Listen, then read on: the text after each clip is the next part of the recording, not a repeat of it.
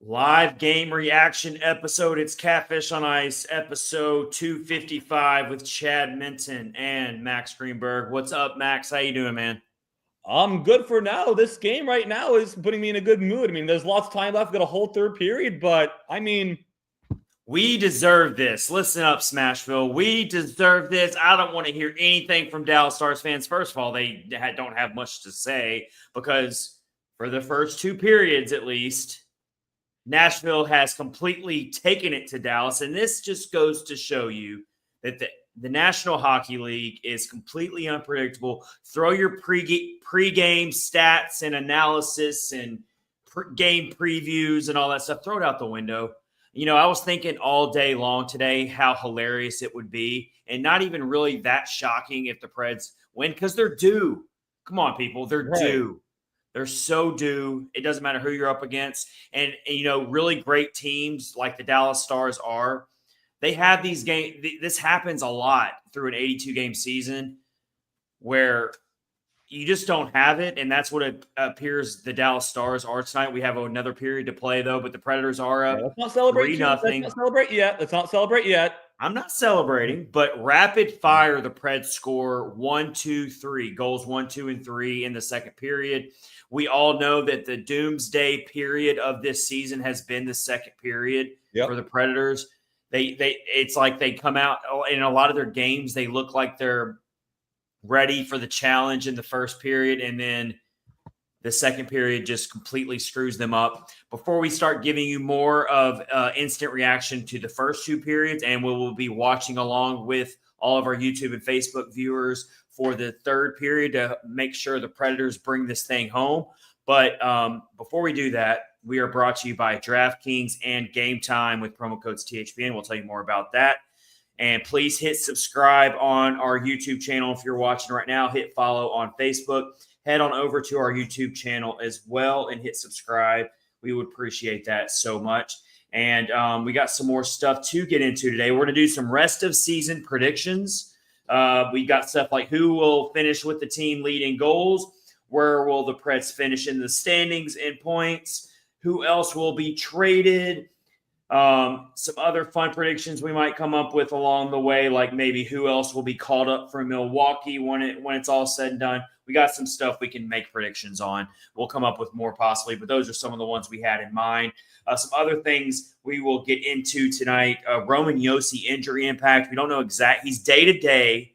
Right. So that's good at least. But he's out. The injury bug has really hit this team hard. The team did get Ryan O'Reilly back, and boy, did he ever say, I'm back, people. 2 goals in the game, and that dude is the tip master. I mean, that guy just knows how to patrol the dirty areas and find these like goals that are just like, and he scored one tonight like that, the third one, I believe. And then his first one tonight scored was on a beautiful pass from Jonathan Marchessault behind the net. And then Tommy Novak, back-to-back games with the goal. So a lot to unpack there. About to get Max's reaction to the first two periods. Also want to make sure I tell you guys what else we're talking about. We'll do the Smashville stat of the week. And tonight that is centered around the history of the Predators picking in the top 10 of the draft. So we'll look at that and how they did on that, because that's kind of something we're thinking about right now, because the way things are going, the Predators are going to be looking at that NHL lottery.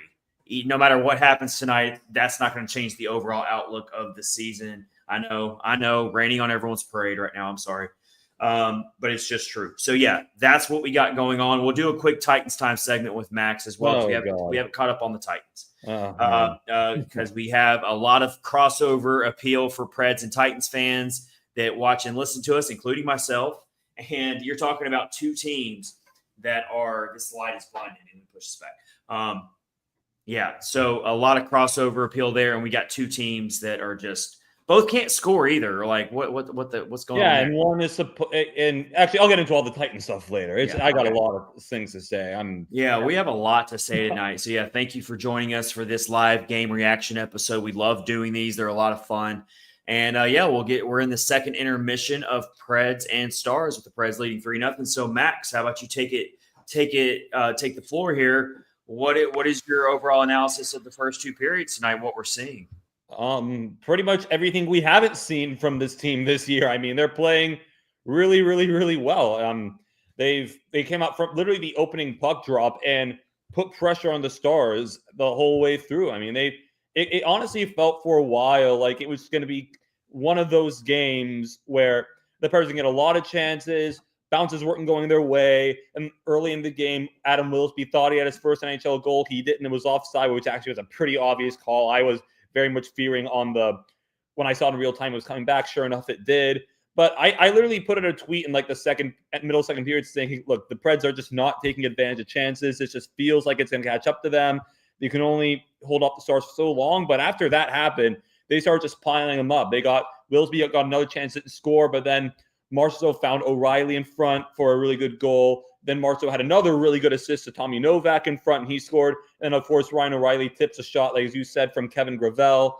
I mean, again, it's defying every stereotype that this team has had this year of not being able falling apart under adversity, not being able to do well in the second period. The Preds absolutely just poured it on towards the end of the second period right there. I mean, there's almost nothing to complain about. I mean, the only thing I would complain about, if I just say any, is that the Preds are losing by 1 on the shot column. But I mean, it doesn't feel like the Preds getting outshot at all. And a lot of these saves that Justus Onninen's having to make are, I mean, there's some decent saves. He's not really having to struggle much. I'm not trying to take away from him, but more so saying the Preds are playing really well in all phases of the game so far tonight. Yeah, definitely. So let me start with Justus Onninen. The guys are protecting the house for Justus Onninen tonight. But man, let me talk about him first. He is such a different style goalie than Juuse Saros. He is a massive body. I mean, this guy doesn't have one of the things we love about Juuse Saros and why it makes him a world-class goaltender is how flexible he is, how athletic he is, how much he can cover so much space and with such a small body for an NHL goalie. Justus Onninen's a massive human being in there, and he knows how to just flash those pads and just basically build a brick wall. And I've seen him do that a couple of times. He's got a really good glove hand that I've seen a couple of times tonight. He looks like he has some stoic confidence to him. Yeah. I'm just going off the first two periods and what I've seen and what I've seen on game tape, also in Colorado. And let me tell you, Colorado Avalanche fans were kind of upset about seeing Justus Onninen traded. I mean, I'm sure they like Scott Wedgwood and what he's done so far for them. But to trade young for old, I mean, it's still kind of a tough trade to take if you're an Avs fan. A lot of the Avs fans I saw on social media, they didn't want to see Justus Onninen go. But anyway, I love what I'm seeing from him so far. He has some confidence to it, some swagger to his game. He looks very chill, calm, cool, and collected between the pipes. So I love that. Adam Wilsby, people, love what I'm seeing from him. I mean, this guy has some speed and flash to his game. And that's one thing that, we've been really negative on this podcast for the past few episodes because the Preds haven't given us any choice but to be. But so I want to keep things super positive tonight. Not only, even when the game was 0-0 and when I was preparing for the show tonight, I was trying to find the silver lining in things. I was trying to think, what are things we can talk about tonight that is positive? Because you got to search for those things as well. I know it's hard to do with how this season has gone. But even before the Predators broke through and got the first goal tonight, it was still 0-0, and Adam Wilsby's goal got caught off for what was a very fair call. It was clearly offside. Yeah, it was clear as day. But either way, what a shot from him, what the speed that he shows there. He's got a swagger to his game. So Adam Wilsby, folks, we're seeing the coming of Adam Wilsby right now. And so he's getting that playing time. I hope the organization sticks with him and lets him play the rest of this season up on the NHL level. I think he surpassed Mark Del Gaizo as far as NHL readiness. So. Yeah. Not that Mark Del Gaizo is not NHL ready because he's been up there for a while. I'm just saying, like, Adam Wilsby's passing that it factor level right now. He's really popping off the screen tonight against Dallas. So love that.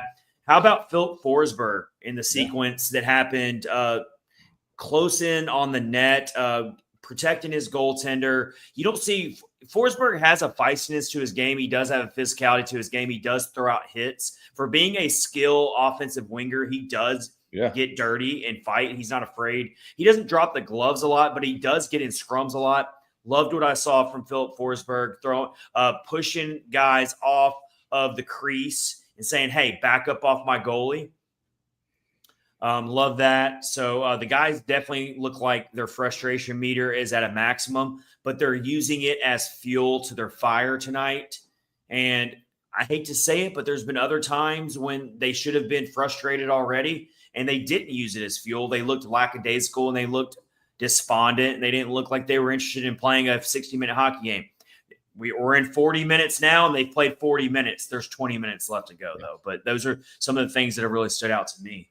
Yeah. Also, one guy I've seen tonight, another young defenseman, Nick Blankenburg. He's looked pretty solid on defense. I even had a few sequences in transition. He's stuck with them, and he is also some good speed. And I don't think he's stuck out quite like Wilsby. It's not really offensively anyway, but like I've liked what I've seen from Blankenburg, especially with the injuries. He's stepping up.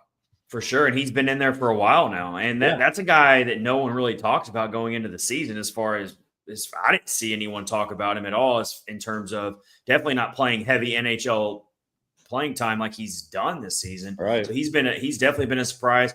One thing I like about, all things considered, and we don't want to be in this situation right now, but the Preds blue line has speed right now. Yeah.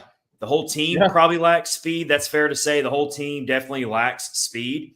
But we got some speed on our blue line even without Roman Josi in there.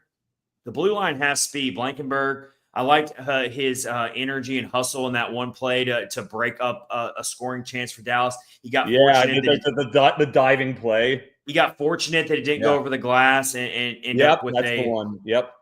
With a delay of game penalty. But let's say that puck does go over the glass. Still a good play. And you're still saying, hey, you're hustling. You're laying your body out there.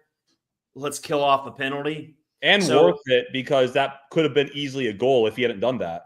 Exactly. So either way, you love the play that Blankenburg made there. These guys are hungry. And this is why fans all the time say, we want to see the young guys play. And that's another silver lining to this whole thing. And we are going to lightly touch on some things that could happen for the rest of the season in terms of, and you see here on the to-do list for episode 255 that I've got on the screen for the YouTube and Facebook viewers right now. Is it time to trade everyone? And obviously I'm being a little sarcastic when I say everyone, but is it time to start really trading who you can? And again, one game, even a massive upset win, if it ends up happening tonight against the Stars, does not change the outlook of the season and where we're heading right now. So we're going to get into that a little bit more. The Roman Josi injury, he's day-to-day, but still we're going to touch on that. Smashville stat of the week, told you about that, and rest of season predictions. So there's that. But, so a lot of good stuff going on here for sure. And let's see. Let's look at the stats here. I'm going to pull it up on the screen. I'll try to put it up on the screen for NHL.com as well. So Max, what do the Preds got to do in the second period? Let's start with that, or the third period.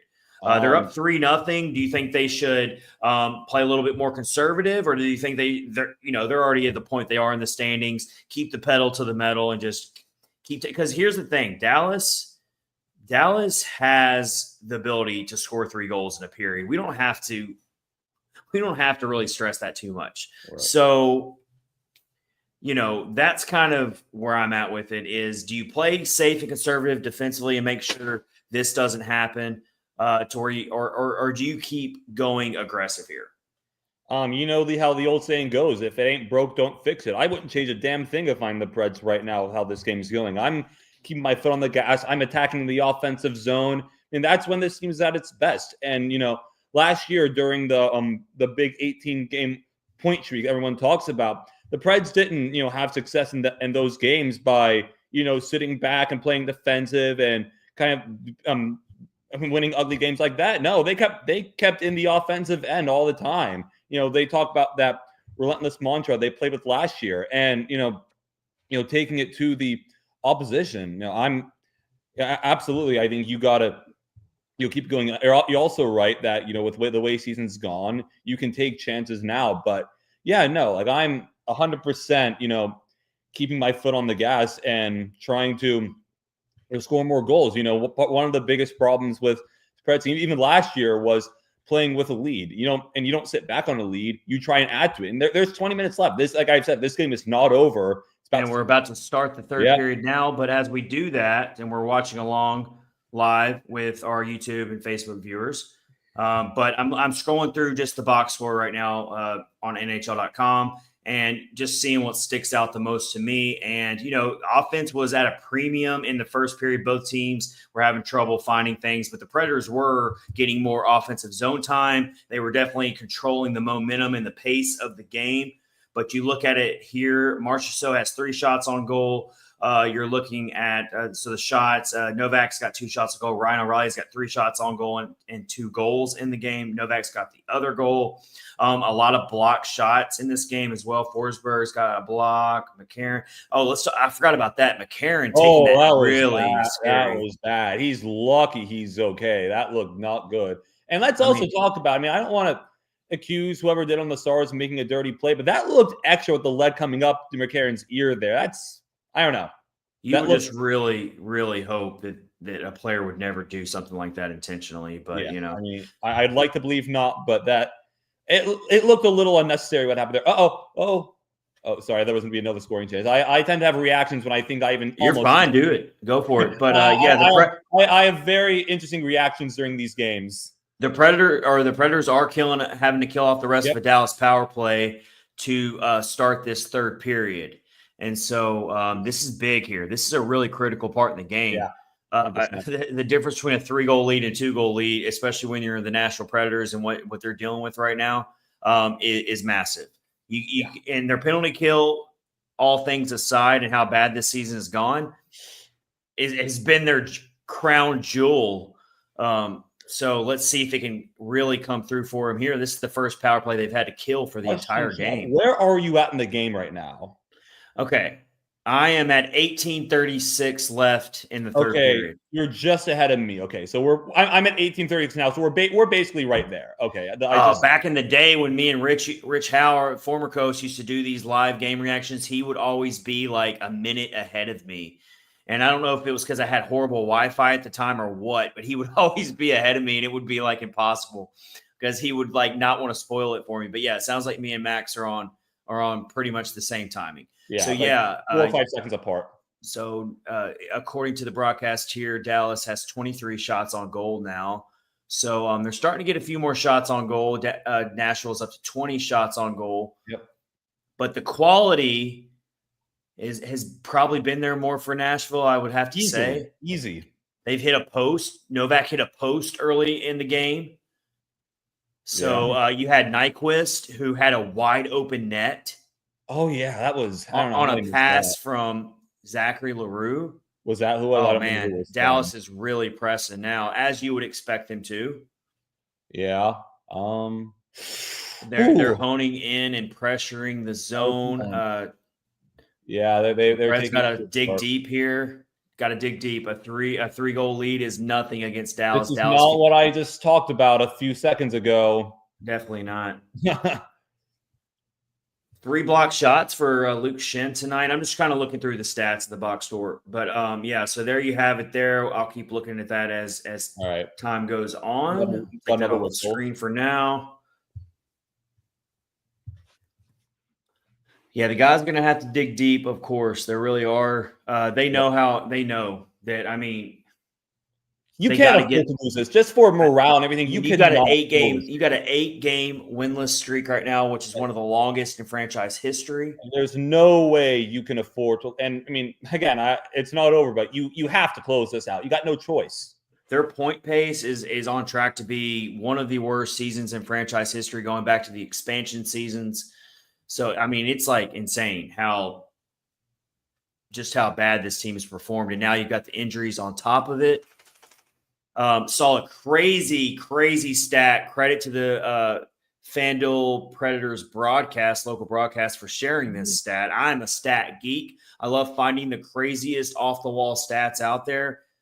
This one just had me going nuts. Did you see it, Max? What? 5-on-5, the Predators have a 5.6% shooting percentage on the season. Oh, yeah. I think Willie and Mace were talking about that tonight as well. Only 2 teams since 2007 have finished below 6%. So they are in super rare territory in a bad way when it comes to shooting percentage at 5-on-5, which is it's at this point in the season, I don't know how it's that bad still.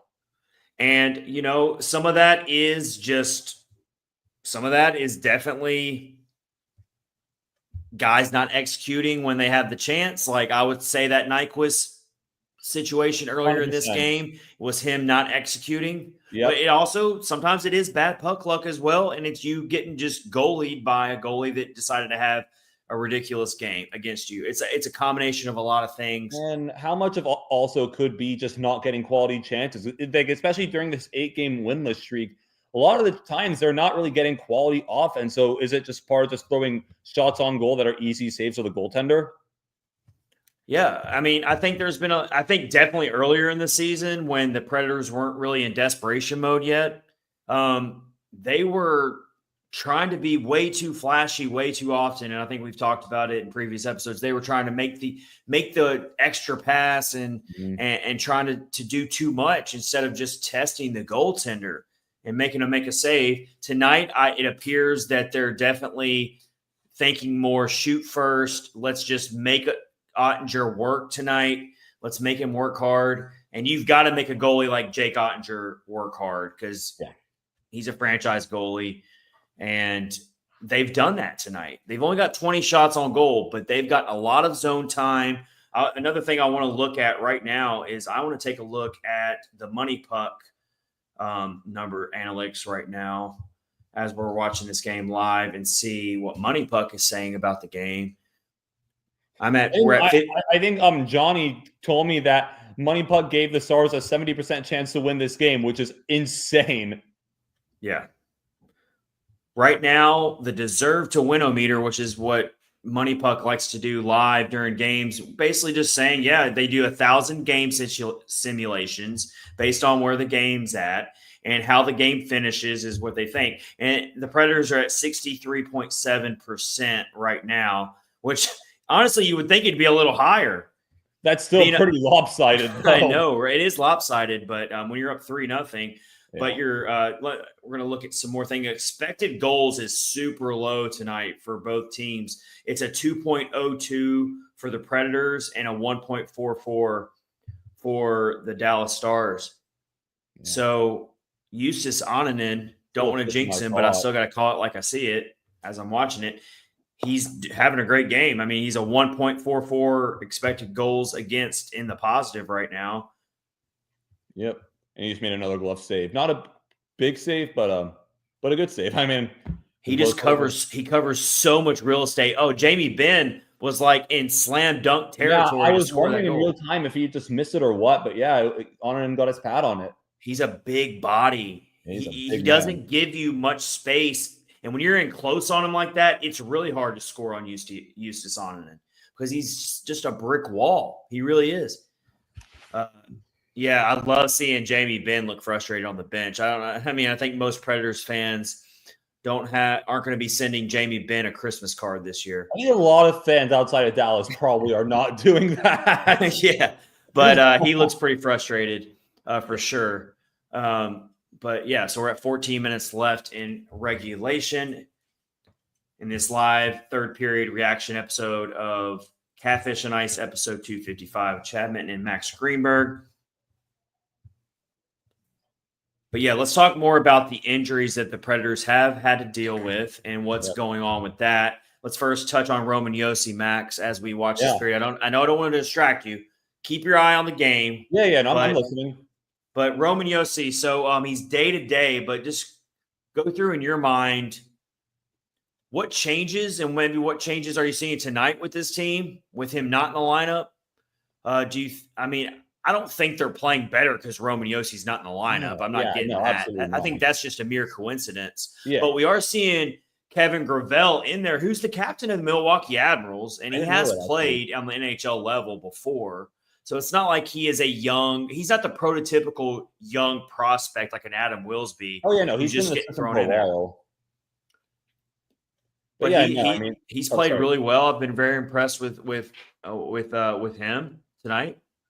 Yeah, no, for sure. I mean, obviously, when you lose a guy like Josi, I mean, it is what everyone knows it is. I mean, Yosi's a world-class defenseman. I mean, you're never going to just replace him, but it's an opportunity for guys to step up. Jonathan Marchessault was asked about this the other day, and he pretty much is like, they asked about the injuries he's dealing with, and he's like, we can say that, but we can also look at it as these younger guys have an opportunity to step up. He's like, I was undrafted. I got my chances originally getting into the lineup when other guys were injured. Sometimes you only get one shot as a younger player to make you more, not even just a younger player, but any player in general. And you got to make the most of it. And these guys getting their shot right now, it's great for them. I like you talked about as far as on the ice, there's speed on the back. There's a little more speed on the back end now with these younger guys. Obviously, you're never going to keep Josi out of the lineup, but it's just an opportunity to see what this team is made of. They can dig deep and stuff, and hopefully Yosi's not out too long because Lord knows this team needs him.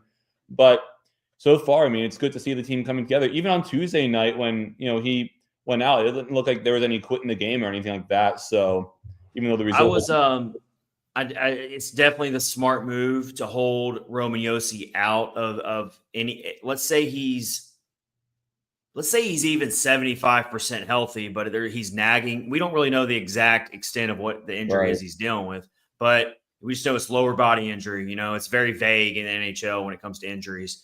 But if he's nagging something, especially with where the season's at right now, you don't just force him into the lineup and risk making something even worse, ending his season entirely if he were to make it worse. Careless. So I think it was the right precautious move to hold him out. And if it's one of those nagging injuries, whatever it could be, then you continue to hold him out, because I don't care what happens, unless it's one of the most miraculous comebacks in the season in NHL history. The Preds aren't going anywhere this season other than developing guys like Adam Willsby, Mark Del Gaizo, Zachary Leroux, Fedor Svechkov, whoever else might be called up. That's what you're looking to build upon. And, another thing that's a silver lining, we're keeping it positive tonight. We're trying to. Steven Stamkos, all right, he's under a lot of scrutiny because he hasn't lived up to the hype. But I love the idea of Steven Stamkos being a mentor to a Luke Evangelista, to a Fedor Svechkov, to a Zachary Leroux. I hope, and I know he will because he's a class act. I know he'll embrace that mentorship to these younger Preds forwards and even defensemen in terms of just how you carry yourself on the NHL level. I think he's going to be a great mentor to these players and show them, because even though he had a lot of really good years with the Tampa Bay Lightning, he still knows what it's like to go through adversity. In a 16-year career, he knows what it's like to go through adversity. So I would hope that he can be there for these young players and really show them the way, and they can learn from him. That's definitely a silver lining that you can hold on to as the season progresses. No matter where the Predators are at in the standings, for me, that's a big silver lining. Oh yeah, absolutely, and that's a big reason why Trotz went out and got him. You can say that about a lot of players on this roster, like Ryan O'Reilly too, Jonathan Marchessault, another great mentor. Yeah, even someone like Roman Josi, it's the blend of veterans and young guys on this team. It's good for the young guys to be able to learn from these guys, like you said. And also let's also talk about with Stamkos. It's the second game it's happened, but might Stamkos be a viable option at center moving forward?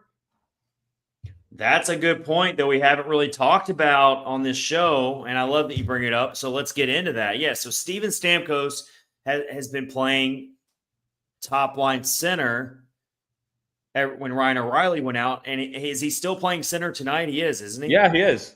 Forsberg, Stamkos, Marchessault. top dogs on the top And line. Ryan O'Reilly's playing second line center. That's right. Which is what we talked about, where he kind of belongs. But the whole storyline going into the season and the overall outlook was Stamkos is not a center at this point in his career. Right. You can always play Monday morning quarterback. I'm not going to come down on Andrew Burnett or the organization for not saying, oh, you should have put Stamkos at top line center. Yeah, no. What are you idiots thinking? Yeah. Most people, vast majority of people agreed that, Stamkos, but now that you think about it, maybe Stamkos should have been center. These are the things that you have to learn throughout the course of a season, and sometimes you're too late. And we don't know yet. I think it's still too small of a sample size to know. Oh, yeah. That is a story that's going to be keep being written. Is, man, should Stamkos have been a center to start his Preds career? He looks really good out there. He looks comfortable. He's definitely a guy who can, and for his age, Stamkos does have speed left in his game. Yeah, he really does.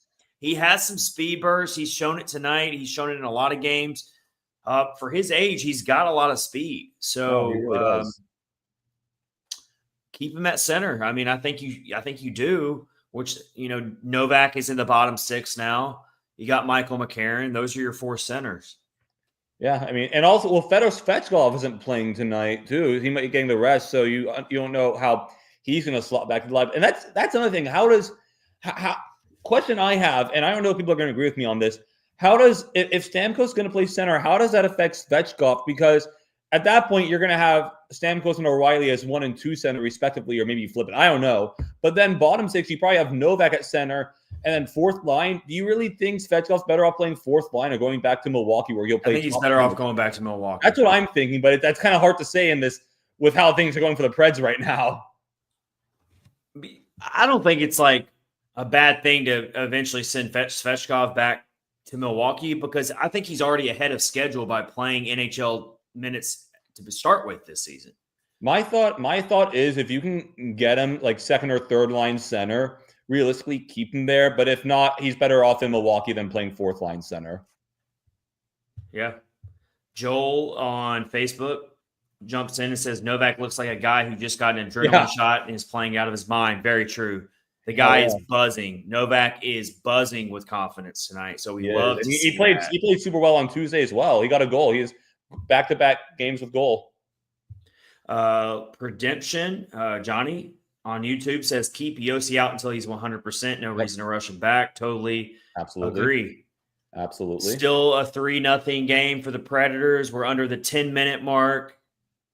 It's been a knock on wood here, and my table is wood, so I can do that. I got to reach over. I got it.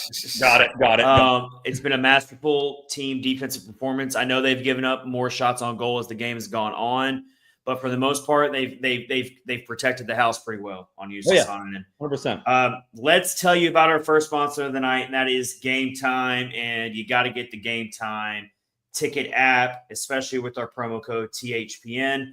I remember my first experience going to a live hockey game, and it's the smell of the ice, it's the speed, it's the hard hitting on the boards. You can't respect the game of hockey until you go see it live. And there's still plenty of Preds fans out there who have probably never been to a live hockey game yet.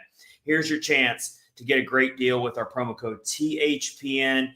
And let's pull it up. The next home game for the Predators is Tuesday, December 17th. Rangers at the Predators. And you can get tickets as low as $33 on Game Time right now. And you can go all around Bridgestone Arena and find the best deals. Game Time tells you when it's a good deal. If it's a super deal, you can see your panoramic view of where you're going to be sitting. All the great things with Game Time, of course. And so it's user-friendly. And with our promo code, you get $20 off right now. All-in pricing, toggling this feature shows the total up front with no surprise fees at checkout, which I love the most. Get a panoramic view from your seat in the app before you buy. And the lowest price guarantee. Game Time will credit you 100% of the difference. And, of course, the Game Time picks. Curation makes it easier to save more on sports, concerts, comedy, theater, and more. Awesome feature. Game time ticket coverage. Your purchase is covered with the most flexible customer service policy in the ticketing industry. And so with all of that, it really just makes it an amazing app for your ticketing purchasing needs. And it's all events, not just sports, not just hockey, but concerts, theater, shows, comedy as well. Anything that might take a ticket, Game Time is probably there for you. And of course, the Game Time picks again filters out the fluff to show you only incredible deals on great seats. So you don't have to waste time searching through thousands of tickets. Some of those tickets might be a horrible deal for you. Game Time only gives you the best deals. Take the guesswork out of buying tickets with Game Time picks. Download the Game Time app, create an account, and use code THBN for 20% off your first purchase. Terms apply. Again, create an account, redeem code THPN for $20 off. Download the Game Time app. What time is it? Game time. All right, so as I was reading that, Game Time, Predators are the Stars on the rush because they're playing more aggressive now because they got to make a 3-goal comeback. They've gotten one back. So it's 3-1 Preds, and I don't even need to stress this that much that the Predators have to be very, very careful here, and they just turned the puck over in the neutral zone, and Justus Onanen just had to make a save as a result of that. I think Onanen might want that back, honestly. Take a deep breath, everybody, because we are not out of the woods. We're not even close to being out of the woods yet. And the Predators, we're about to see what the Predators are made of right now. Yeah, 100%. Because when everything can go wrong this season, it has gone wrong for the Nashville Predators in most situations. They're on an 8-game winless streak, and now they're only up 2. They finally got that elusive third goal in a game, which has taken them forever to do. But Dallas, they are a bona fide Stanley Cup caliber team. They have looked awful for most of this night. I'm not trying to take away credit from the Predators, and they have played a really strong game up to this point, but Dallas has looked really bad. Yeah. And they've got 8+ minutes left in regulation to tip the scales against the Predators right now. And that goal, like I just said, that goal again, that I really think that Onanen might want that one back. I don't think that was even really a quality chance for the Stars. So yeah, very true. And he's a young goalie. He's going to give up. He's going to give up some of these chances. For the most part, he's been a really good goalie tonight, and he's done his job. But yeah, it is one he would probably love to have back. But he's also made a lot of really clutch saves tonight to erase that one goal that he would like to have back. So I'm not going to hold it against him too much. It happens. Right after giving up that goal he probably likes to have back, he does a good job. I'm watching the replay right now. Covers the net. You want to talk about the house being brought down there in Dallas? If they would have scored a second goal, rapid fire back to back in that situation, but Justus Onanen comes up clutch there. Johnny told me that apparently the guy who cut McCarron was the guy who scored the goal. Oh, okay. Yeah. Interesting. Yep. So here we go. We're under the 8-minute mark left. It feels like an eternity right now. Yeah. No kidding. I think no matter where we're at in this season and how hopeless it feels, we want to see the guys. It's going to be such a collective sigh of relief for Smashville if we can just figure out a way to grind out this win and just start feeling good about some things again for this team. Just a little win streak here would change the vibes completely. Absolutely. Some winning at all would it's something again, just for morale. We just need something here. Winning cures all. Yes. It's a cliche, but it is so true. Yeah, it's so true. Oh, we got loose here. Got Gus breaking in. All right, Dallas got back on defense with the back check. I'm seeing it just now. A little bit. That's what we need to see, though. If the Predators are going to grind this out, they got to push back. They got to play like they're the team trying to get the equalizing goal right now. Yeah, and that kind of goes back to your point, Max, when you said no, don't fix what's not broken. Don't play conservative. Don't sit back and just hope that you can play to lose, if you will. No, you got to keep your foot on the gas pedal. And that's what the Predators have to do right now. They have to stay aggressive. They can't sit back and wait for the Stars to make their comeback attempt. No, Nashville has to keep pushing Dallas like they have for the first 2 periods. Don't take unnecessary risk, but at the same time, you got to keep into your game here. And it looked like a dive that one of the Dallas players just took. Luckily, they didn't call a tripping penalty there. But that's another thing. You better play disciplined hockey. Yeah. And I don't just mean like discipline, like be in your spot, but you better play disciplined hockey and not take a sloppy penalty in this moment. Yeah, 100%. It still feels like so much time is left in this game. Okay, so how quick does Dallas go aggressive and empty their goalie net? Down 2. You see teams do this all the time. Oh, it's getting more and more nowadays that teams pull their goaltender early. Oh, I thought I was going to chance in front. Never mind. I got way too excited. We're at 5.5 minutes left in regulation. It would not surprise me at all if Dallas pulls Ottinger within the next minute or 2. Oh, man, that was almost ended up in the back. That almost ended up behind Onanen. Come on, Forsberg, push it.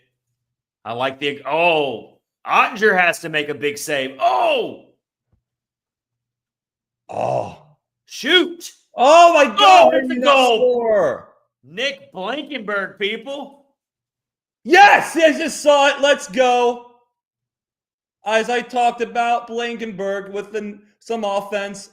Let's go. And the Stars fans are going to the exits. Let me break that down for a second.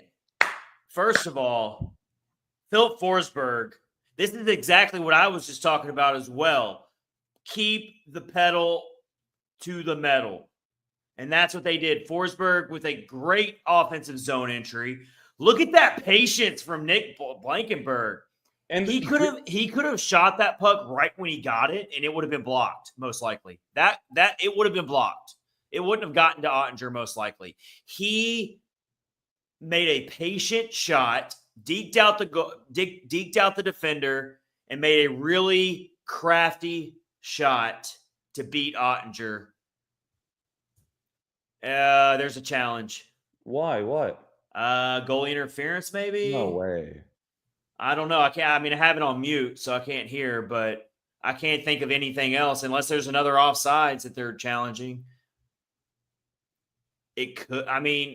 You did have 2 guys entering the zone very fast with Forsberg and whoever the other guy was. I didn't see who the other guy was, but until I see a replay, I don't know. Let's see.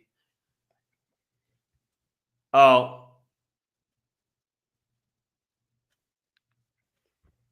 They're going to contest goalie interference. Damn. On Forsberg. I think they're going to get it too. They're going to overturn that. Forsberg does give Ottinger a little shove. Yeah, I think I do see that. That's not great. Man, so first it happened. So first you overturn a goal on Willsby, and then you get one overturned on Blankenburg. They're going to the young defenseman tonight. You can tell even Blankenburg's like, yeah, that's going to get overturned. Let's see. So Ottinger coughs up a rebound. There's chaos in front of the net. He's looking to cover the puck. Forsberg, he's draped all over him. That's going to be goalie interference. Let's see. Yeah, most likely. Yeah, that's most likely. We can't even argue against that, unfortunately. Even if the goal is wiped away, you love what you're seeing here.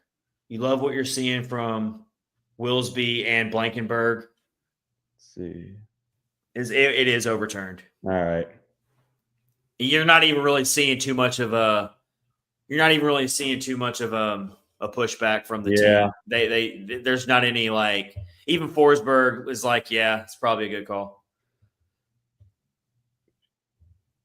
It's okay though. You're still going in there and you're working hard. These things happen. Blankenburg is shaking his head. Let's keep working hard, guys. Keep battling. I don't know what else you can say. That's 2 goals overturned tonight for the Predators. Yeah, no, that's tough. I mean, that's I mean, hopefully this game stays the way it is, but like if this another loss and just another thing to pile on more frustration. Yeah. I mean, we're a little over 5 minutes left in this game, and it's still a 3-1 game, 2 overturned goals for the Predators. They're being outshot 34-24. You just got to keep battling. Yep. You just got to keep battling. Love all the comments coming in from everyone. We got to say hi to Lindsay, our longtime friend and listener of the show. We really appreciate you being here. Let's keep watching. And as we wrap up this game, hopefully it ends up being a Preds victory in regulation. But we're about to do our rest of season predictions and our Smashville stat of the week. And we'll also do Titans time with Max. So we still got some stuff to get into on this episode 255 live game reaction, Nashville Predators versus the Dallas Stars. Always a fun battle, no matter where the two teams are in the standings. There's never any shortage of drama when the Dallas Stars and the Nashville Predators get together.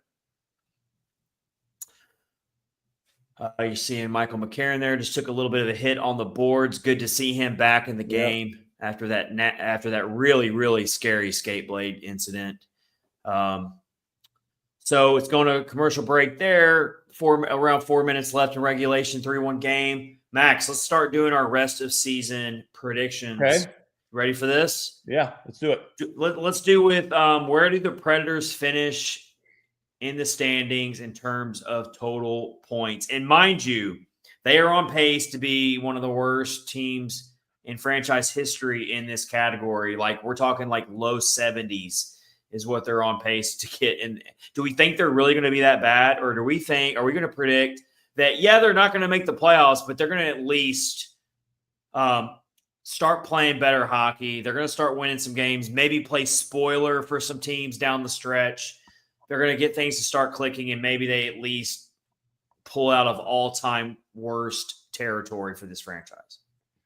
I kind of think with the latter, what you said, I think this team is probably going to miss the playoffs, but they're probably going to do enough to get back into it. It's probably going to honestly be a typical Preds middling finish, if I'm being honest, where you're kind of battling for a wild card spot. Maybe you can get there, maybe you can't, but I don't see this team finishing like that close to the bottom, honestly. Yeah, I think I could see them rallying to maybe finish like 6th in the division, maybe like finishing ahead of, I don't know, like definitely Chicago, maybe even finish ahead of like Utah or maybe St. Louis if one of those teams hit a bad losing streak or something. But I could see the Predators maybe cracking 80 points. I don't think they're going to continue to be this bad for the entire season. I do think they've got a winning streak up their sleeve at some point. I still hold on tightly that some of these underperforming veterans are not going to all collectively be this bad all at the same time for the rest of the season. Something's got to give. Some of these guys got to start living up to their career track records. And when you see that happen, this team's going to start winning some games again. It's going to be too little too late in terms of making the playoffs, but I could see them finishing in the low 80s. I'm going to say, since we're doing predictions, I'll say this team finishes with 82 points, which is awful. I mean, this team usually finishes above 90 points in the standings at the very least. They're still going to finish way behind where you could have ever expected them to be. But I do think they're going to start winning some more games. And they're going to at least have a little positive momentum going into the offseason. I'm going to say they get finished with 82 points. Give me a point total. I'm going to say 87. Oh, wow. Yeah. They would have to have a really strong second half of the season for that to happen. I think it's going to certainly be stronger, but again, I think it's going to be not enough to quite make the playoffs, but I'm going to say 87 points. And we really don't know what the makeup of this team is going to look like. Oh, yeah, no, not at all. Oh, empty net goal, and it goes to Zachary Leroux. Oh, is that right now? Oh, yeah, you're about to catch it. Oh, it's going up. Oh, wait. I still haven't seen it yet. I'm so sorry for spoiling. No, it's all good. It's all good.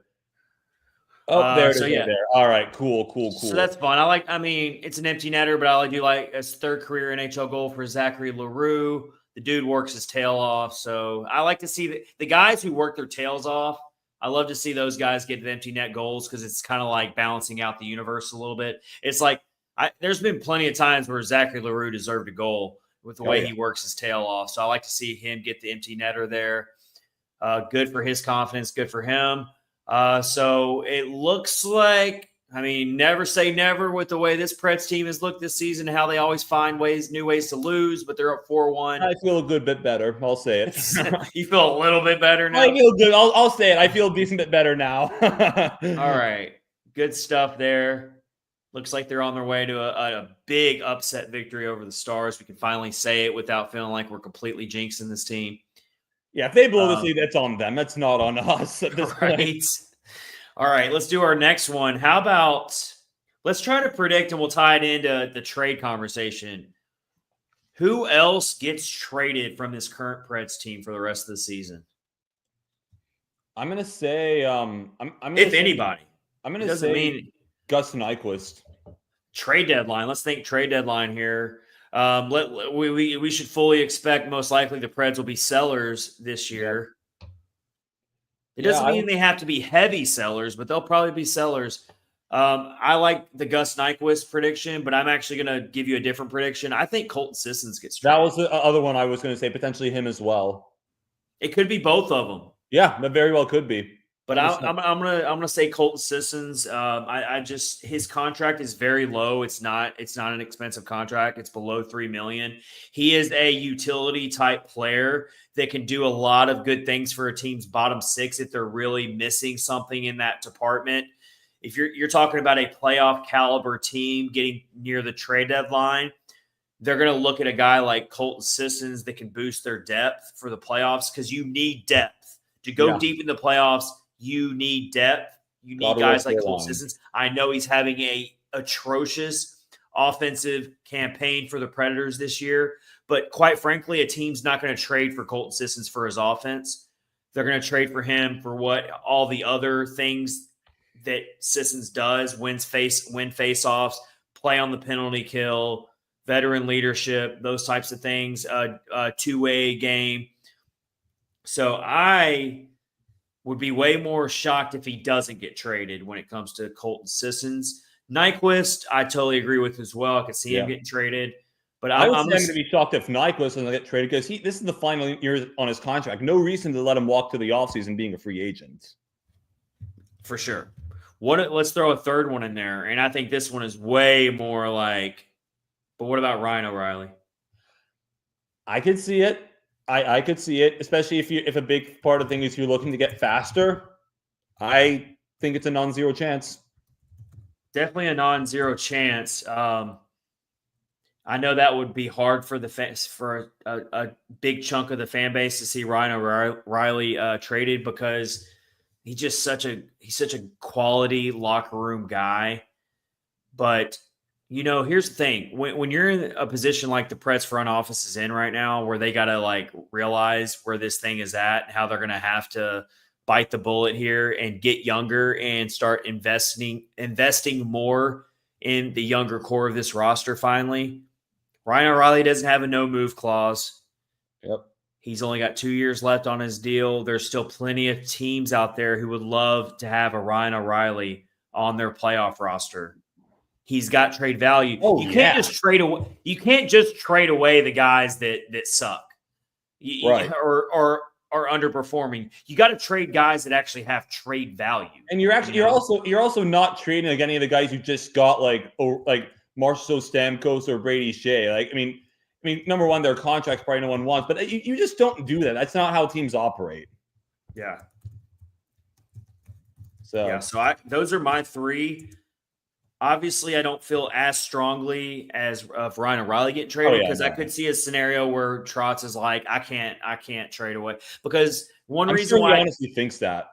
One reason why I could see Trotz not committing or wanting to trade Ryan O'Reilly, no matter how many phone calls he gets about him, is there could be a situation where Trotz doesn't want to commit fully to a rebuild and he wants to think, okay, this season might be a loss. but it doesn't mean we're going to give up on next season when we bring back Forsberg, when we bring back, like, try to run it back again and see if we can do better next season. You know, like a little bit of a younger roster. I don't think Trotz is going to completely tear it down. No, I don't think he's going to go like scorched earth. No. So I think trading I mean, away he Ryan really O'Reilly, can't, even if he wanted to. I think trading away Ryan O'Reilly could begin the process of kind of going scorched earth, though, is all I'm trying to say. Yeah. Yeah, more than likely not, but I definitely agree with the other two, Nyquist and Sissons. Those are the two I've been like. Yeah. And that's what Lindsay is asking right now on YouTube. Any chance that the big names are on the trade block this season? I think Ryan O'Reilly would be the biggest name. You're not trading away. A lot of guys have no move clauses right now. Marchessault and Stamkos have no move clauses, so they would have to waive those. They would have to really want out, and just that typically doesn't happen. Roman Josi is not going to go anywhere, obviously. There could be younger prospects or that could be traded. But big names, I think we just covered them. Yeah. Sissons, Nyquist, O'Reilly, I think are the most obvious. I don't think any of the free agents that were acquired are going to be traded other than Scott Wedgwood, who's already been traded. Right. And that one's different because he's not one of like the big signings. No. So yeah, so you can much easier live in trading him. I would, and we'll talk about this way more when the trade deadline gets much closer. We're still like 3 months away or 2.5, whatever. Yeah. But I could see the Predators definitely being sellers, but at the same time being buyers at getting younger and getting faster. Yeah. Maybe trading for guys that might not help them instantly, but will help them down the road. Right.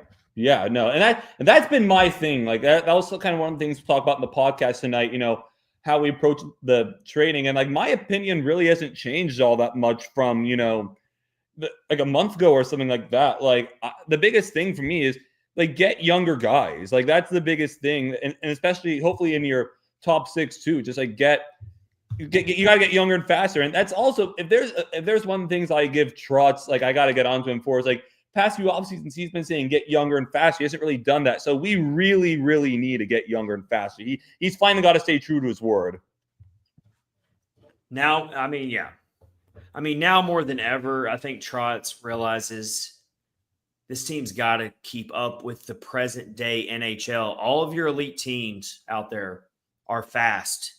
And the Predators aren't fast. They're getting faster. They've got some younger players that are faster. Stamkos has a little speed, but they're just not a fast team, and they can't keep up with the most elite teams. Luckily, Dallas is one of the rare teams. They've got speed, but they're still a kind of a rough, hard-nosed, physical team as well. And so, as weird as it is to say, Nashville has always matched up well with Dallas, just in terms of taking it to them physically, playing those ugly games that can get dirty at times.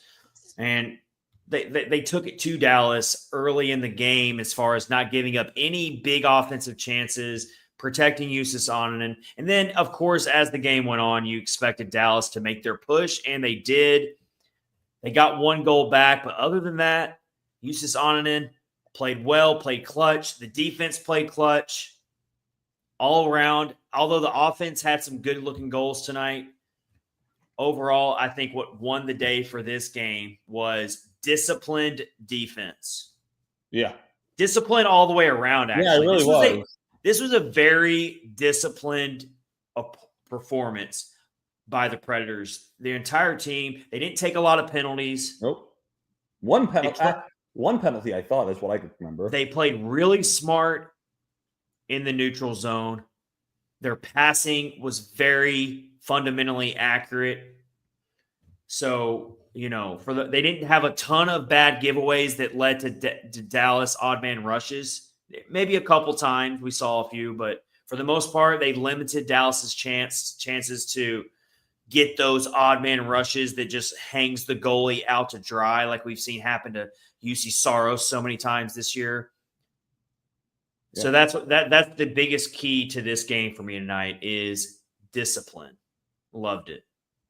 Yeah, no, the Preds, it was a quality game overall. We're about to do some more rest of season predictions. But first, let's tell you about our next sponsor, and that is DraftKings. The 24-25 NHL season still has that new car smell, and this action is heating up at DraftKings Sportsbook, an official sports betting partner of the NHL. It's super easy for first-timers to get started at DraftKings Sportsbook. Try betting on something simple like picking a team to win. And if you're new to DraftKings, listen up, new customers. Bet $5, get $150 in bonus bets if you win. So if you're not a big sports gambler, but you want to give it a try with DraftKings, you don't have to get into all the complicated stuff. Just pick who you think is going to win. You can pick a lopsided matchup in the NHL schedule and think, I'm going to throw a very small bet of $5 down and get those 150 in bonus bets on a lopsided matchup. That's all you got to do with our promo code THPN. Download the DraftKings Sportsbook app now and use code THPN. That's code THPN for new customers to get 150 in bonus bets if your bet wins. When you bet just $5 only on DraftKings, the crown is yours. Gambling problem? Call 1-800-GAMBLER. In New York, call 877-8-HOPENY or text HOPENY. That's 467-369. In Connecticut, help is available. For problem gambling, call 888-789-7777 or visit ccpg.org. Please play responsibly on behalf of Boot Hill Casino and Resort in Kansas. 21 plus age and eligibility varies by jurisdiction. Void in Ontario. Bet must win to receive reward. Bonus bets expire 168 hours after issuance. For additional terms and responsible gaming resources, see dkng.co/ice. Copyright NHL 2024. All rights reserved. All right, we're gonna let's do some more rest of season predictions. So Max says 87 points is where the Preds finished. I said 82 points. So we both think that at the very least the Predators are going to rally and at least play some quality hockey to not finish among the worst in franchise history, like they're on pace to do. Yeah. But let's do with who will finish with the team lead in goals. Do we think it? I mean, Phil Forsberg has been, the entire team's been on a offensive starvation. But do we still think it's chalk and it's Phil Forsberg that leads his team in goals? It's got to be, right? I mean, most likely, but I wouldn't have any other prediction. It's got to be Forsberg for me. You didn't want to give any hot takes out tonight? Nah. I think I'm cool with the popular take on this one. I thought you were going to go with Cole Smith, man. Let me down. Some nights I just got to be boring. Sometimes boring is just good. Let's look at the goal leaders. Phil Forsberg is at 9 goals. Josi's at 7. Marchessault's at 7. Stamkos is at 7. Heat up a little bit lately. I don't think it's that clear cut, man. It's Phil Forsberg. And I don't think that's that much of a hot take. No, I mean, you can make arguments, but I personally got to say with Forsberg. I guess no one else has really shown me enough to really make me think they're going to take lead over Forsberg. O'Reilly's now at 6 goals. O'Reilly's at 7. Yeah, because I'm looking at Hockey Reference, and of course it hasn't updated from tonight. O'Reilly had 2 goals tonight, so was he not at 8? O'Reilly's at 7. He had 5 coming into the game. Okay. So you've got 4 guys at 7 goals. Josi, Marchessault, Stamkos, and O'Reilly are at 7 goals. And then you got Forsberg at 9 goals. But you look at Forsberg, and I'm not saying it's going to happen for the rest of the season. Eventually he'll get hot, you hope. But he is on a crazy goal drought. And I'm going to pull up his game log right now. Who's this you said? I'm looking at Phil Forsberg's goal drought right now. Oh yeah, I know. He hasn't scored. He's got 1 goal. He scored 1 goal since November the 9th. Wow. So he has scored only 1 goal in more than a calendar month. That's insane. So that is insane. He did have 2. He had 2 assists in the Calgary game. So he's still doing things, but yeah, he's not. I mean, he's normally this team's biggest goal scorer, but yeah, he's only got 1 goal since the Utah game on November 9th, and that goal came against New Jersey. So he's on a current 1, 2, 3, 4, 5, 6, 7. Yeah, 7-game goal drought. And then before that, he went another 1, 2, 3, 4, 5, 6 games without a goal. So he's got 1 goal in his last 13, if my counting was correct there. I'm gonna, you know what? I'm gonna be different. My prediction, I'm gonna go. I'm crazy for saying this. I'm gonna go. Jonathan Marchessault is gonna lead the team in goals. Okay, I respect it. It's gonna be close though. Yeah. And it's going to be very low. I don't think anybody's going to blow the doors off with goals this year. No, I don't think any. Like, if anyone scores above 30 for the Preds here, it's going to be barely. Yeah, but I'm going to be different. I'm going to go Jonathan Marchessault, but I'm not just being different for the sake of being different. I do think that Marchessault has been awful, but I don't think that is a complete, accurate depiction of how good of a player he is. Yeah, he's better than that for sure. And I think he's going to start to show it. He has been playing with a lot more swagger and confidence lately. And you can see how frustrated more than anyone that he is with his play lately. You can tell, at the very least, you can tell that the guy cares and he wants this team to play better. He wants his individual play to be better. And I can respect that. And so I'm gonna ride with him. I don't think the Predators are going to be one of the lowest scoring teams for the rest of the season. I do think that's going to be unfortunately a true thing. They're going to have to win a lot of their games like they won them tonight. They're going to have to win them with really disciplined defensive efforts and strong quality goaltending. We didn't expect it to be that way going into the season. In fact, going into the season, I thought that this was going to be a Preds team that could overcome bad goaltending and win a lot of games in 5-4 fashion, those types of games. But, we've all been wrong on that. So I'm going to go with my prediction of Jonathan Marchessault to lead this team in goals, which would be crazy because most of the time it is Philip Forsberg. But, all right, so there's another rest of season prediction. We did the trades. We did the points. Let's go with who else do we think will be called up from Milwaukee for the rest of the season? We've already had a lot of call-ups this year. At some point you got to see Spencer Stastny come up, right? That's a really safe and wise prediction. Yeah. Yeah, I'm going with I got the boring predictions tonight. We got a new YouTube viewer jumping in and commenting on the show. It's Wendy. Oh, wow. And they got the Wendy's logo very nicely done. And they say, Nashville, we finally did it. Yes. And also, Wendy says, who needs certified big baby Askarov when we have Ananen? Nicely said, Wendy. Appreciate it. And also, Wendy's is one of my favorite fast food. I don't eat fast food a ton, but Wendy's is one of my favorites out there. Great one. When I gotta go fast food, Wendy's is always there for me. But yeah, that good point you bring up. We've kind of swapped out Ananen for Askarov, and at least through his first 2 starts, he's doing exactly what we would have liked to have seen Askarov do, which is be the young backup to UC Saros. Yeah. So if you need another silver lining to how this season has gone, at least through the first 2 starts, at least we do have our replacement to losing Yaroslav Askarov. Or it appears so, but yes. It appears so. Very small sample size, of course, but we do got to take the silver lining there. Absolutely. So, yeah, that's a good one. Let me try to think of another Admirals player that could be called up because I think Spencer Stastny. People talk about Reed Schaefer. Reed Schaefer is a very fair one. I think it would maybe take some more injuries or a big trade, but we did predict Colton. Let's say Colton Sissons gets traded. That could open up a spot for Reed Schaefer to get in, possibly. Yep. But you've already got Svechkov in there. Yeah, you've already got LaRue, who's not going anywhere. You've still got Juuso Parssinen. Did he play tonight? Scratched. So you still got Parssinen hanging out there. The forwards are kind of log jammed right now. There's not a lot of space. It's going to take a couple trades, possibly. But Andrew Burnett has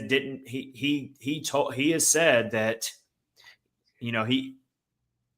it's been kind of hinted at that guys are going to start getting benched or lose their minutes if this team doesn't turn it around. Yeah, 100%. I mean, I'm trying to think. You've seen people be like, call Tanner Mollendijk up. I'm like, no. Not this early. I mean, don't rush him. Definitely don't rush him into a bad situation. People don't seem to think that what's his face? He hasn't even played it in Milwaukee. I don't get the vibe that Joakim Kemmel's ready. I think if you get a Joakim Kimmel call up, it's going to be late in the season. Yeah, when it's like when you're like, because I could see it late in the season where there's nothing much more to play for, and a lot of guys are banged up, and you start benching guys who are just banged up, and there's no point in playing them, and then you just you kind of like empty out the holster, and you're like, all right, let's let Joakim Kimmel get his first NHL game. He's waivers exempt. Let's call him up and let him play. But I don't see a ton of call-ups happening for the rest of the season unless trades happen. Yeah, I'm with you 100%. All right, let's do our Smashville stat of the week, and it's looking back at the history of the Predators picking in the top 10, because it's very likely that the Predators are about to pick in the top 10 in the 2025 draft with how things are going and where they'll be in the draft lottery. It shouldn't surprise me too much that the Predators, who have always been historically a really good regular season team, have not picked in the top 10 very often in their history. So I wanted to go back and look and see just how many times they have picked in the top 10 in the draft. And, of course, early on in their franchise's history, they got some top 10 picks. But going back to – they haven't picked in the top 10 since – I want to make sure I get the year right. Last time they picked in the top 10 was Seth Jones in 2013. Of course, he was part of the huge blockbuster trade that brought Ryan Johansson here. So Seth Jones, although you're very happy and to get Ryan Johansson, and he had some really quality years, some big moments, including the Stanley Cup final run, even though he got injured during that postseason run, that didn't get to play in the Stanley Cup final that year. Who knows what impact he could have made for the Predators against the Penguins in that Stanley Cup. But either way, some quality years, but Seth Jones never really got to live out his full potential in a Nashville Predators uniform. But that was the last top 10 pick that the Predators had, and he was the 4th overall pick. Before that, you had the 7th overall pick in 2008. So since 2008, the Predators have only picked in the top 10 twice. Yeah. And then going all the way back, the Predators have only picked 7 times total in the top 10. Wow. 7 times out of 24 years or 25 years. So you look at historically at their top 10 picks, it's a mixed bag. Of course, you take David Legwand with the first ever draft pick. He was 2nd overall. I think we can call that was a successful draft pick. Yeah, 100%. Especially when you look at that draft class, it was historically bad. I mean, I have looked at that draft class in 1998, and there was no one really in that draft class where the Predators were like, man, you didn't pick this guy at number 2. What is wrong with you? I mean, there's always going to be players throughout a draft where you're like, hindsight 2020, you're like, okay, it would have been maybe smart to pick that. But for the most part, that David Legwand was the best player on the board when they took him. But 1999, they take Brian Finley, 6th overall. You ready for this? He's a goalie. You ready for this, Max? I don't know much about Brian Finley. The dude only went on to play 4 games total in the NHL. Not even for the Preds, in the NHL. It's just, I'm just looking at 4 games total. Yeah. That's bad. That's whew. And I am going to look at that draft class because I've looked at it before. Let's see. I'm looking for guys where you're like, oh my gosh, you didn't take this player. And again, I'm not seeing a lot of just like really great players that jump off the screen until you go further back in that draft class. And of course, this is going back where I wasn't even watching hockey at this point. But again, you're not seeing a really, really strong draft class with a ton of Hall of Fame talent that the Predators missed out on in terms of picking. So that makes you feel a little bit better at least. But either way, that's not a good draft pick. Yeah. Not at all. That's a bust. So then you go further up, the year 2000. So first 3 years of existence, the Predators pick in the top 10. Being an expansion franchise, you would expect that. They took Scott Hartnell 6th overall in 2000. That was an outstanding draft pick. Yep, 100%. Scott Hartnell, over 700 points for his NHL career, not just playing for the Predators, but just overall. 700-point scorer, over 1,200 total NHL games played. Outstanding top 10 draft pick by the Predators there. Then you skip a year, and then in 2002, they pick in the top 10. They pick 6th overall again. They take Scotty Upshaw, kind of a mixed bag there. He had some decent time with the Predators. I do remember him vaguely, but probably did not live up to 6th overall. No. But again, and then 2003, they take Ryan Suter, 7th overall. And good pick, but it was a great pick. It ended very badly. Yep. The breakup was ugly. Yep. That guy still gets booed in Bridgestone Arena. Yeah. But it was a good pick. It was. No disputing that. And his time with Shea Weber, I mean, that was when the Predators started building a force on the defensive end. Yep. Right there. So that's a good one. So I've got 3 quality top 10 picks by the Predators. And then that's when the top 10 picks stop happening for the most part. They take Colin Wilson 7th overall in 2008. That's a pretty good pick. Probably didn't live up to 7th overall status. 7th overall. Not 7th overall status, but although Colin Wilson was maybe for like a year or two, there were some times he was kind of a playoff warrior. He was. That's what people remember him by, is he was a playoff warrior. So this is an interesting draft class. This has some current Preds ties. 2008 NHL entry draft. 2 current Predators got picked ahead of Colin Wilson in that draft. They currently play for the Predators. You want to go ahead and take a stab at it? Steven Stamkos, one of them. Oh, man, you cannot beat Max Greenberg at NHL trivia. This guy just knows things. Yeah, Steven Stamkos. Is the other Roman Josi? It's not Roman Josi. Oh. Wait, it was ahead. What was I? No, of course it was not Roman Josi. It was ahead of, no. So Steven Stamkos went number 1 overall in that 2008 draft. Oh, wait, I think I know. And I think the fan base is not going to let Luke Schenn. There you go. Yep. Luke Schenn went 5th. Schenn was a 5th overall pick. Luke Schenn went 5th overall to the Maple Leafs. Steven Stamkos went number 1 overall. Let's look at some players that the Predators could have taken if they hadn't taken Colin Wilson that were still on the board. Erik Karlsson. Wow. Was on the board. That's the big one that's jumping out to me. Let's scroll down a little bit more.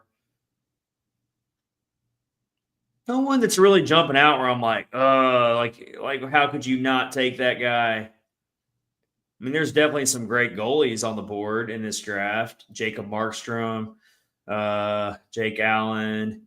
Roman Josi went 38th overall in this draft to the Predators. He was in that draft. Okay. He was in that draft. Okay. So I got that much right. But again, I'm not coming across any big time players that the Predators passed on. It kind of shows you how how unpredictable the hit rate is in the NHL draft, because these guys are not. It's not like football where these guys are immediate contributors at all. So absolutely. I mean, it's way harder to predict. I mean, you're looking at after you get past the first round, you're looking at almost every pick is a miss. I mean, you're seeing so many guys get drafted where they were lucky to play 100 NHL games. Some of these guys didn't even play an NHL game, some of these picks. Jeez.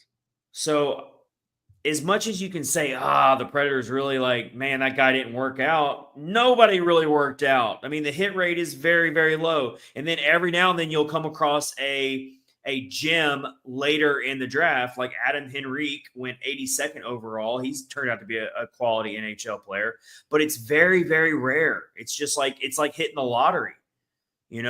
So, I mean, Gus Nyquist, another current Predator, went in this draft. He went 121st overall.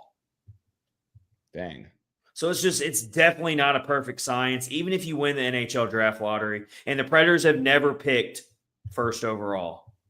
Never picked first overall. Wow. So, so then Colin Wilson goes 7th overall, and then we're getting back up to Seth Jones. Yeah. So very, very few times that the Predators have picked. They have picked 11th overall. They picked Ryan Ellis 11th overall. So they've picked just outside the top 10. And then they picked Yaroslav Askarov, number 11? I believe so, yes. Yeah. And they took Dan Hamhuis 12th overall. So they picked just outside the top 10. Yeah, the hit rate is so low for these Dan Hamhuis. I mean, maybe he was – I didn't remember him at the end of his career, so maybe he was better before then, but still. But no, he was definitely way better before. He was just a quality defenseman. Maybe 11th overall was a reach a little bit, but either way, so that's your history of the Preds pick. That's your Smashville stat of the week. Top 10 picks, the history of the Predators, and it's not a lot. And, a mixed bag of results, but they haven't hit a lot with their top 10 picks, not like you would expect. I think Scott Hartnell is probably their best top 10 pick, or Ryan Suter maybe. Yeah. But, so maybe we'll get a chance to finally see the Predators this year make an impact top 10 pick, which we have our buddy Matt Hardesty, who has been watching the show for a while, and he has been banging the drum for years that the Predators need to suck during the regular season just so they can finally not just a top 10 pick, but he wants a top 5 pick. He might get that wish finally this year. He could. All right, let's wrap this up with Titans time. Oh, God. And we got a lot to uncover because we didn't do Titans time the last episode. But, so the Titans, they're 3-10, right? Yep. They beat the Texans. We haven't done this segment since they beat the Texans, but then this last game against the Jacksonville, the big play that sticks out in this game is Will Levis completely missing a wide open guy. Yeah. In my end zone. I literally saw it in my end zone. I saw him get open, and I was like, yes, we got it. And then he just misses them. I was like, what? It ends up being a 10-6 final score. So give us everything we need to know about what we've missed in the last couple of weeks, what's ahead. I know Brian Callahan's getting a lot of heat right now. Sure is. Do you think that's fair that he's getting a lot of heat in his first year? Yeah, I mean, let's kind of backtrack a little bit. So the Titans, when they beat the Texans, it was a huge win for the franchise. Like, that is an emotional game against Houston. Gets the whole history with the Titans being the Houston Oilers in their old days, and us having the Oilers history and all that stuff. That was a big win for us. But then afterwards, it's just been bad. We had the letdown game against the Commanders on their field, got outscored 21-0 in the first quarter. It could have been 28, really. But, I mean, that was just horrible. The team looked completely unprepared. And after that game, I was kind of like, okay, I mean, it was a very bad game, but teams can have letdowns after big wins. And again, Titans are a young team. So I'm like, okay, we're going to put this behind us, go back home against Jacksonville. They're a really bad team, bad defense. It's a good opportunity for Will Levis to get back on track, this team to put up something, kind of get going back in that right direction. But it was the complete opposite. This team just absolutely laid an egg in every way possible. I mean, what happened that was good in that game? I mean, for Brian Callahan, number one, I mean, I wasn't a big fan of his play calling in that game. He ran the ball way too much, in my opinion. The first drive, there was one pass. It was a screen pass.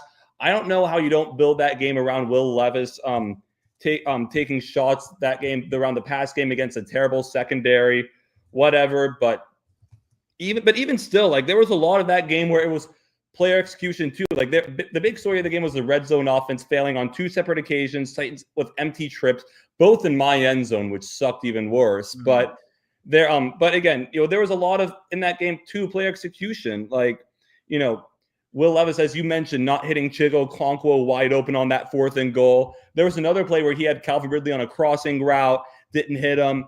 There was a play where I'm sure you saw Calvin Ridley going way out of bounds on a 3rd down where he could have picked up the 1st down. And then Nick Westbrook-Kine had what probably could have been a catch in the end zone.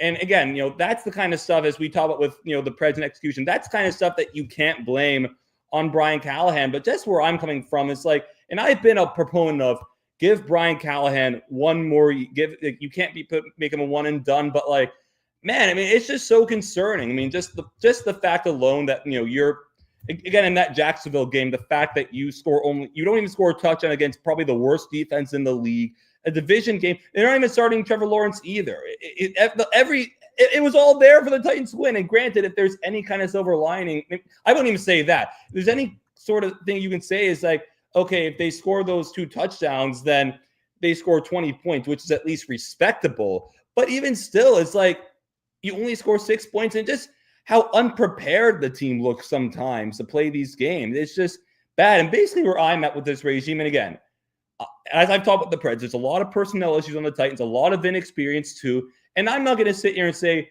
Brian Callahan has to be a one and done.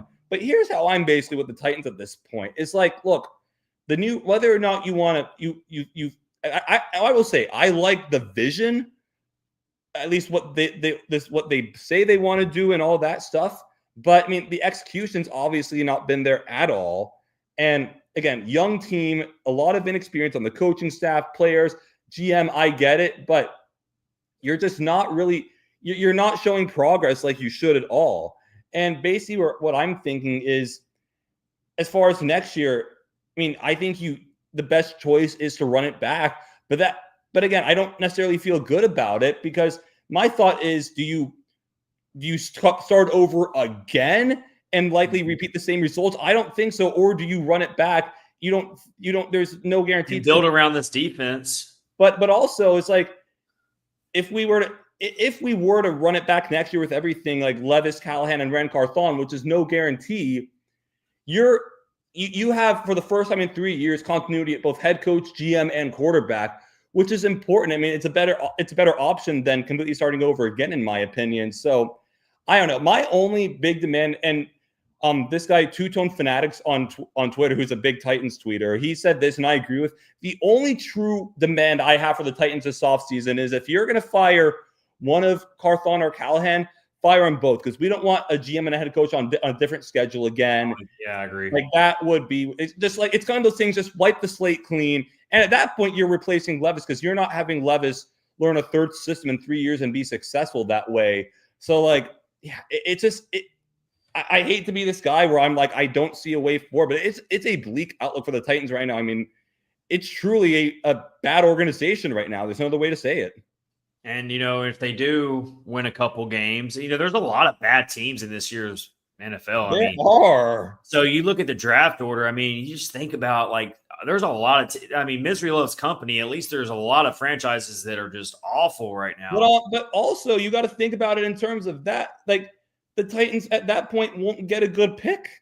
That's what I'm saying. That's my point. They'll be in the top 10, but like, it's no guarantee they're in the top 5 as bad as they are, which you cannot tell me there are 5 teams worse than the Titans. You cannot convince me of that. And I mean, like, I think you have to run it back with Will Levis, because, I mean, and there's no good like this draft class at all when it comes to quarterbacks. Yeah, I mean, I don't know. I would much rather see. I mean, if we're talking draft, we can kind of want to get your thoughts on that real quick. I know the Predators, the Titans have a lot of needs. Do you think they take best player available, or do you think there's a certain position they're definitely targeting, whether it's wide receiver, edge rusher? Well, I'm always very nuanced with that argument, because obviously never, and this goes with quarterback too, never just draft a player for the sake of filling a need if you really don't think that guy is that good. Yeah. But at the same time, though, I mean, you don't just want to draft a guy you don't need. Luckily, though, I think the Titans' needs are lining up to where they can go to good player.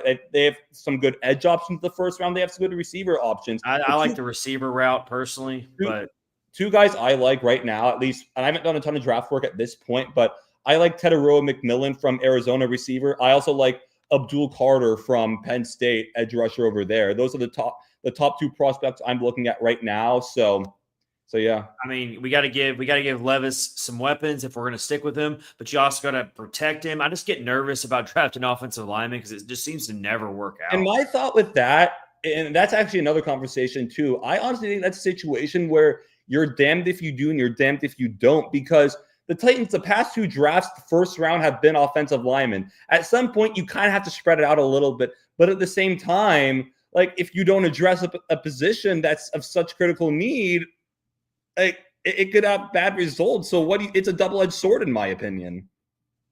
I just feel like Levis is always like, he does a lot of tap dancing back there. He's indecisive. I do think his pocket presence has gotten better. He's getting rid of the ball better. Quickly. You're right. He's getting rid of the ball quicker. That's what I will say.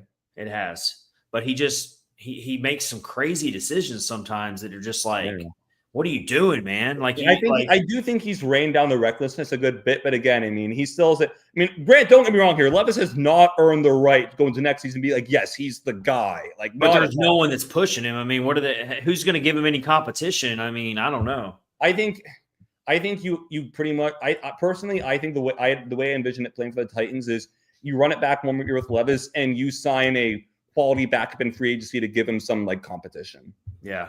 I think that's the best way you go with this. And now, if the Titans somehow end up with a top 2 or 3 pick, then all bets are off. Shedeur Sanders, or is he going number 1 overall?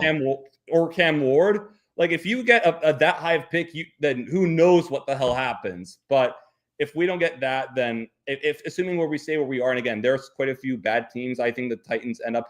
I just have a feel. The 2 teams I don't see the Titans passing who are going to draft quarterback if they can. The New York Giants and the Las Vegas Raiders. I don't see us passing them in the draft order, and I think those 2 teams are going to take quarterback pretty definitively if they can. And this isn't I don't think you should ever tank on purpose, but this is certainly not the draft class where I think you should tank anyway. No, this is not the draft class to bottom out.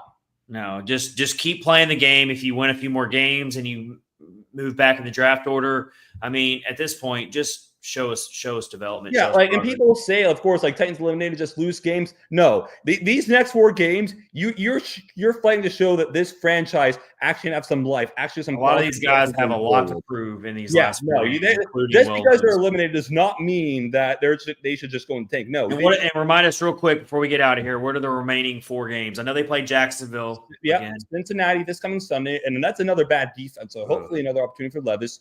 Indianapolis on the road. Jacksonville on the road, and then Houston back at home. So they're all 4 winnable games, I will say. But again, every team that plays the Titans thinks they have an easy win. So yeah. And so these remaining games, other than Houston, I guess Indianapolis is on the playoff bubble. Yeah. Cincinnati's eliminated. I don't think they're eliminated, but it's doubtful for them. So I mean, you're talking about some games where they don't have a ton of playoff implications. No, like, this is considered an easy schedule. So you can kind of go out and just show us what you're made of. Yeah. Without a lot of pressure. No, this team needs a morale boost in the worst way possible. Yep. All right. With that said, we're getting out of here. Preds are on the winning bus again. Yep. They end their 8-game winless streak. Max, I guess we're going to have to do a live game reaction episode for every game. Yeah, no kidding. But either way, happy to deliver a win for you guys tonight with this live game reaction. The Preds beat the Stars 4-1. Final score, disciplined victory for them. 2 goals from O'Reilly, 1 from Novak, 1 empty netter from LaRue. Good game from Justus Ananen.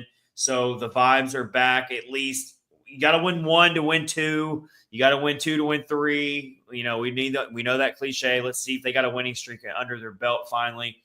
They got Colorado Avalanche up next on the road. So, you're going to have to pull off 2 straight massive upsets to make that happen. And we didn't do our battle for the Central Power Rankings tonight. We'll save that for our next episode. But let me just go ahead and tell you right now what I've been saying. The Colorado Avalanche, they are a sleeping giant.